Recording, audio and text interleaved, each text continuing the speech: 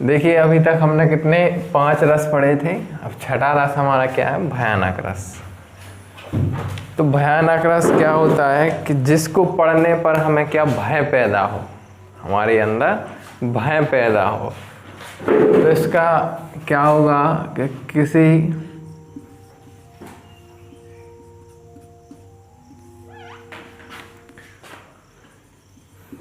काव्य को पढ़ने पर हमारे मन में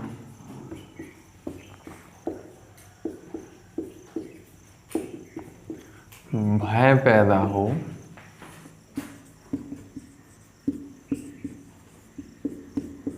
उसे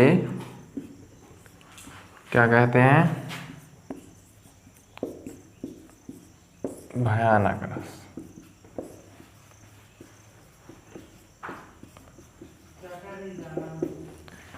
ठीक है, किसी काव्य को पढ़ने पर हमारे मन में जब भय पैदा हो तो वो क्या होता है? भयानक रस।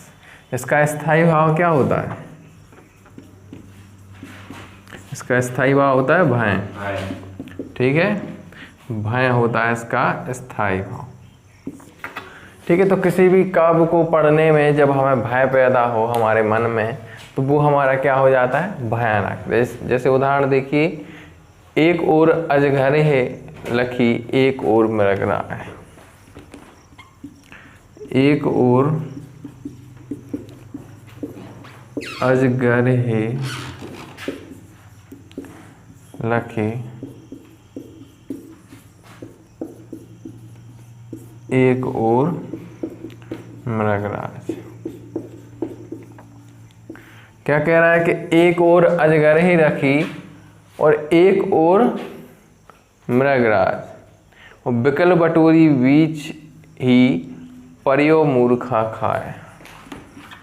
बिकल बटोरी बीच ही मूर्छा खाए।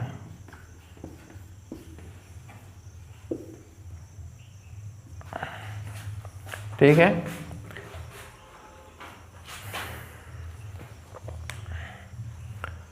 तो यहाँ ध्यान देना है कि क्या कह रहे हैं कि यहाँ भय पैदा कैसा हो रहा है कि एक ओर अजगर है, एक ओर मृगराज, और बीच में क्या है? बटोरी।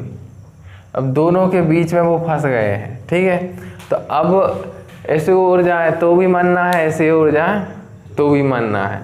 ठीक है, तो एक इसको पढ़ने में भय हो रहा है, तो ये हमारा क्या हो जाएगा? मूर्छा। ये ऐसा होगा, ये वाला मूर्छा। ठीक है, तो क्या कह रहे हैं कि इसमें भय पैदा हो, कोई वाक्य हो जिससे भय पैदा हो, कोई भूत की बात करे या भूत का कोई काव्य दे तो उसमें अपन को डर लगेगा, भय होगा, तो वो हमारा किस में आ जाएगा? भयानक रस। ठीक है, अब नेक्स्ट देखते हैं।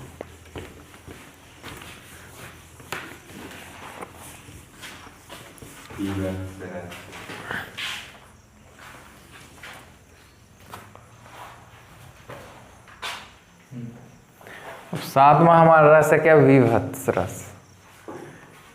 इसमें क्या होता है कि कोई भी काव्य पढ़ रहे हैं, कोई भी पंक्ति पढ़ रहे हैं, तो उसको पढ़ते समय हमारे मन में घृणा पैदा हो।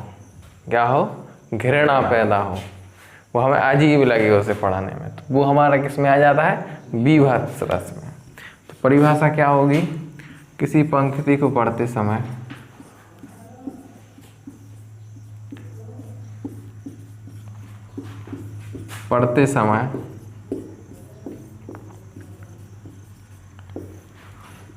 किसी पंक्ति को पढ़ते समय हमारे मन में घृणा पैदा हो,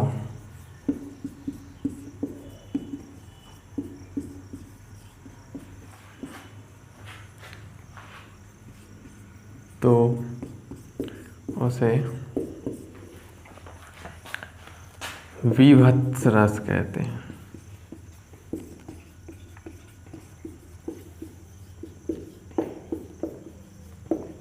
ठीक है, एक बात ये हो गई, पहला पॉइंट हो गया घृणा है। दूसरा पॉइंट क्या होगा इसे पहचानने का,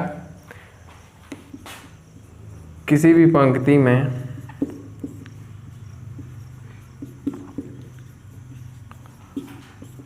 में मांस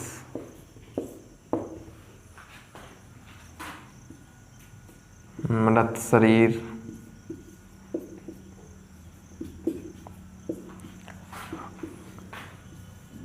हड्डियां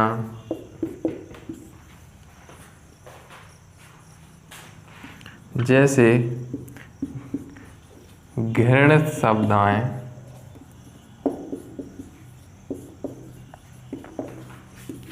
वहाँ विभत्स रस होगा।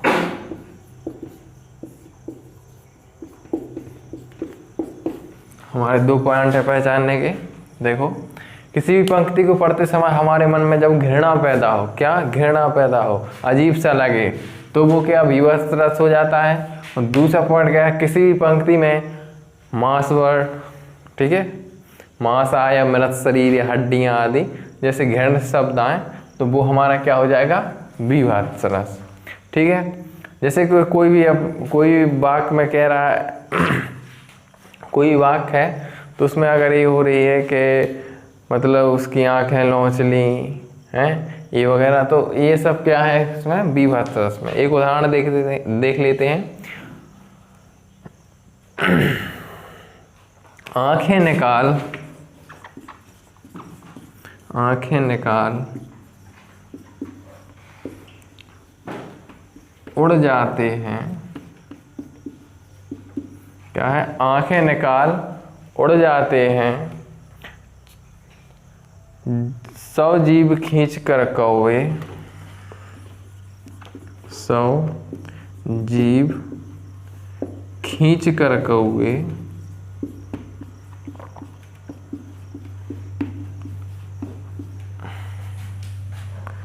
आंखें निकाल उड़ जाते हैं, 100 जीभ खींच कर कौवे और चुभता चबता खा जाते हैं। चुभता खा जाते हैं। तो इसमें क्या बात की जा रही है कि आंखें निकाल उड़ जाते हैं। क्या, कोई कौवा आता है तो मृत शरीर डला है एक, ध्यान देना कि मृत शरीर डला है एक, ठीक है। आप लोगों ने कहीं देखा होगा तो जैसे कोई भी जानवर, ठीक है, मृत डला हुआ है तो कौवे आते हैं, तो कोई आंख निकाल कर ले जा रहा है तो कहीं कोई उसको लौंच के खा रहा है, चुपता चपता उसको लौंच के खा रहे हैं। तो इसको देखकर घृणा पैदा हो रही कि नहीं, ऐसे वाक्य को पढ़कर हमें घृणा पैदा हुई, तो ये घृणा पैदा होगी ऐसे में। इसमें भी मांस की बात आई है, चर्बी की बात आई है, तो ये हमारा किसमें, विभत्स रस में आ जाएगा। ठीक है, अब हमारा 8वां देखते हैं। देखिए हमारा क्या है अब 8वां, अद्भुत रस। अद्भुत रस क्या होता है, इसमें आश्चर्य की बात कही है आज। क्या, आश्चर्य, विस्मय मीन्स भी आश्चर्य होता है। तो आश्चर्य की भी बात की कही जाए जहाँ, वहाँ हमारा अद्भुत रस होता है। तो परिभाषा भी यही होगी कि जब किसी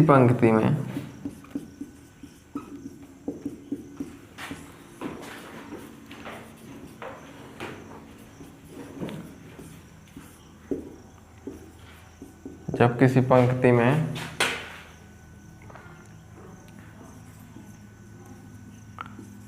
आश्चर्य की बात कही जाए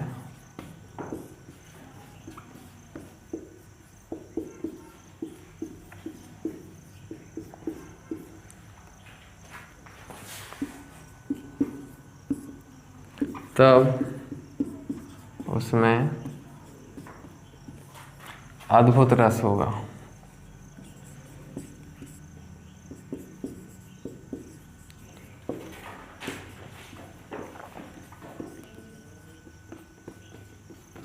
क्या कह रहे हैं, किसी भी पंक्ति में जब क्या किया जाए, आश्चर्य की बात कही जाए, ठीक है, इसका स्थायी भाव क्या होता है, विस्मय।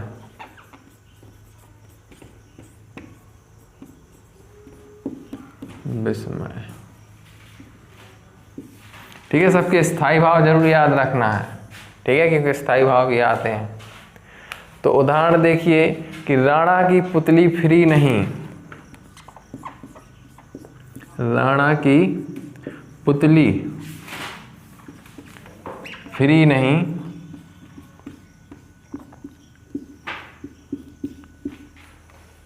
राणा की पुतली फ्री नहीं, तब तक चेतक मुड़ जाता है, तब तक चेतक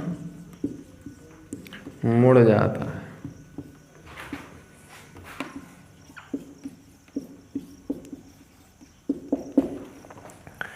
उदाहरण देखो, क्या कह रहे हैं कि राणा की पुतली फ्री नहीं, मतलब पुतली मीन्स आंख की पुतली, मतलब इशारा भी नहीं कर पाए राणा, और उनका जो चेतक था वो मुड़ गया। आश्चर्य की बात हुई कि नहीं, आश्चर्य की बात हुई कि मतलब कि उनकी पुतली हिल नहीं पाई और वो चेतक उनका समझ गया कि हमसे राणा क्या कहना चाहते हैं कि हाँ मुड़ जाओ। तो आश्चर्य की बात हुई। तो ऐसे आश्चर्य की बातें आए जहाँ वहाँ क्या होगा, अद्भुत। इसका स्थायी भाव क्या है, विस्मय, ठीक है। ऐसे आ जाते हैं जैसे कि ये उदाहरण आ गया, अब कहेंगे इसका स्थायी भाव बताओ, क्या विस्मय ही आएगा, विस्मय आश्चर्य, हाँ वो ऐसा आ जाएगा। तुम पहले ये पहचान लो ये क्या है, कौन सा रस है, ये अद्भुत रस है, तो अद्भुत रस का स्थायी भाव क्या होगा, विस्मय, तो विस्मय लिख दोगे, ठीक है। देखिए शांत रस क्या होता है कि किसी पंक्ति को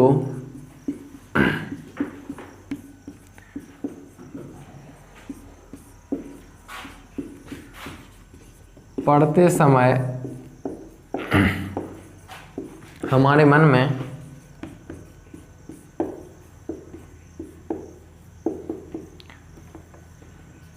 कोई भाव पैदा ना हो,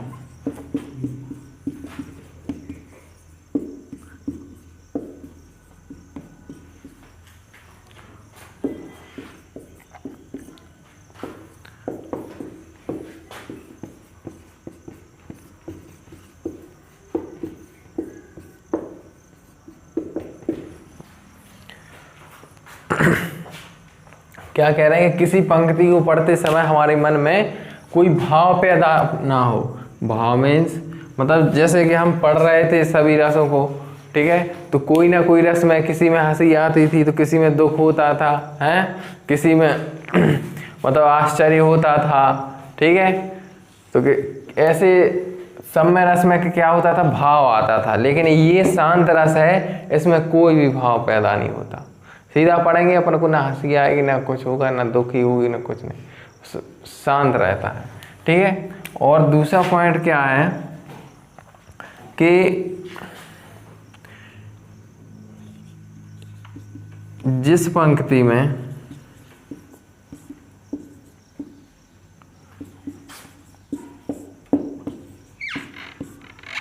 कोई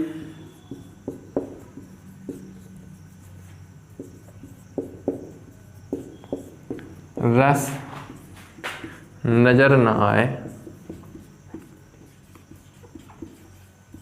वहाँ शांत रस होगा।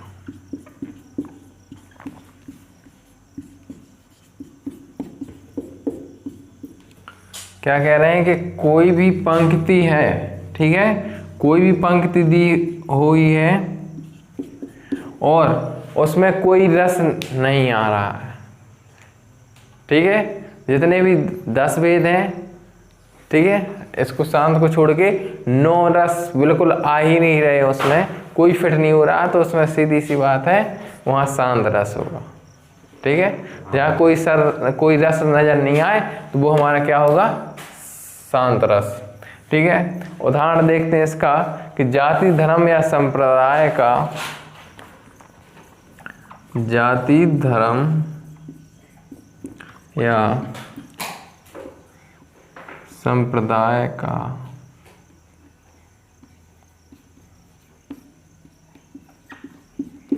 जाति धर्म संप्रदाय का नहीं भेद व्यवधान यहाँ, नहीं भेद व्यवधान यहाँ,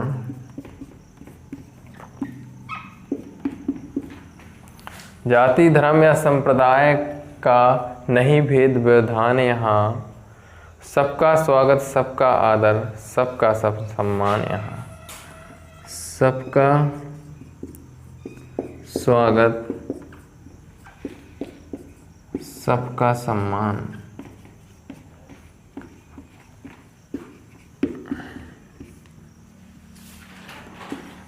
ये सम्मान है, ठीक है, सबका स्वागत सबका सम्मान, सबका सम्मान यहाँ, सबका सम्मान यहाँ।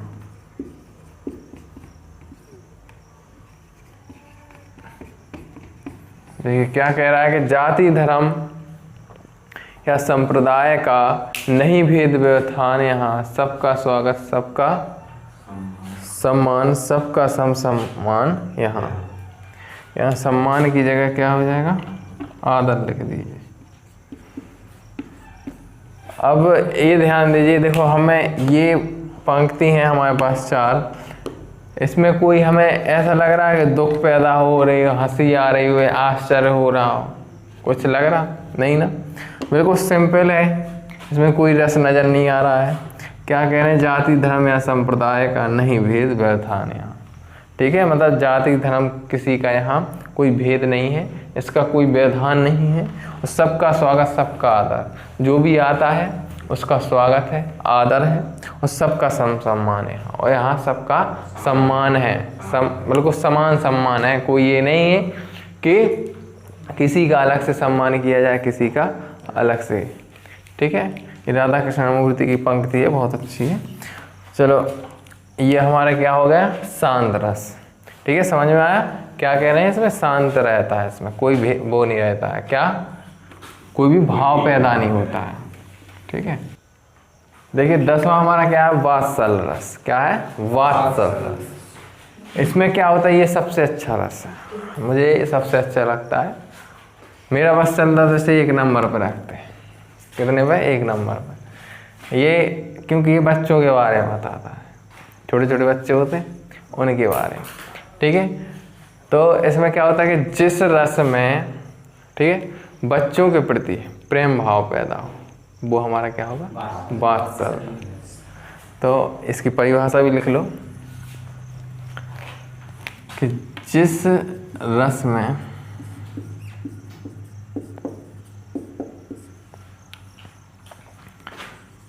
छोटे बच्चों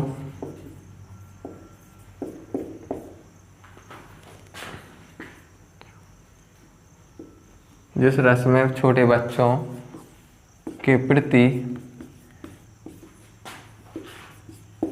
प्रेम भाव पैदा हो, उसे वात्सल रस कहते हैं।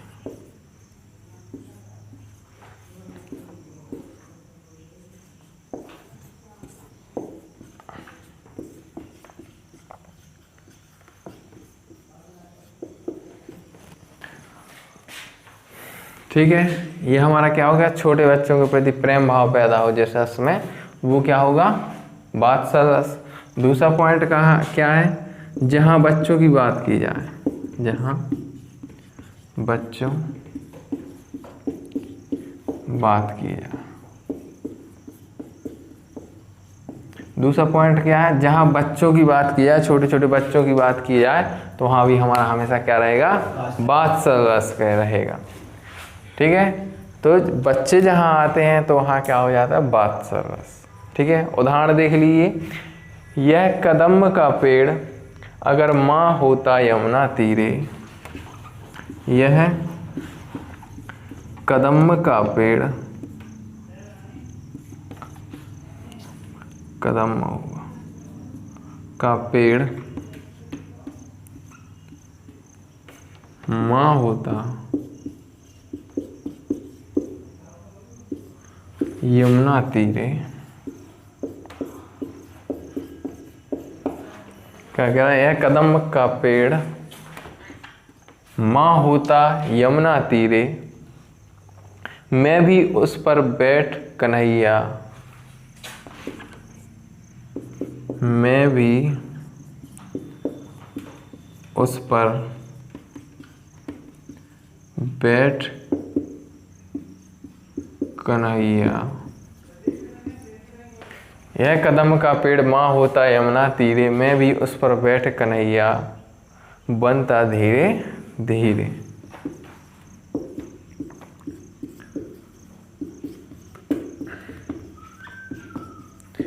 ठीक है, एक छोटा सा बच्चा है, ठीक है, वो कल्पना कर रहा है, क्या कर रहा है कि कह रहा है कि यह कदम्ब का पेड़ माँ होता, ठीक है, जो कदम्ब का पेड़ है कहाँ? यमुना तीरे, मीन्स यमुना के किनारे, ठीक है। तो जो ये पेड़ लगा है कदम्ब का, अगर यह माँ होता तो मैं भी उस पर बैठ कर कन्हैया बनता धीरे धीरे। वो सोच रहा है अपने अंदर कि अगर ये यमुना के किनारे जो पेड़ है कदम्ब का, अगर ये क्या होता? माँ होता, ठीक है, तो मैं भी उस पर बैठ कर क्या होता? कन्हैया बनता धीरे धीरे। एक बच्चा है, वो अपनी कल्पना कर रहा है छोटा सा, ठीक है, यहाँ बच्चे की बात की जा रही है, तो वहाँ हमारा क्या होगा? वात्सल रस, ठीक है। हमारे 10 उन्नत रस निपट गए हैं। अब इसे आप आराम से पढ़िए और याद कीजिए, ठीक है।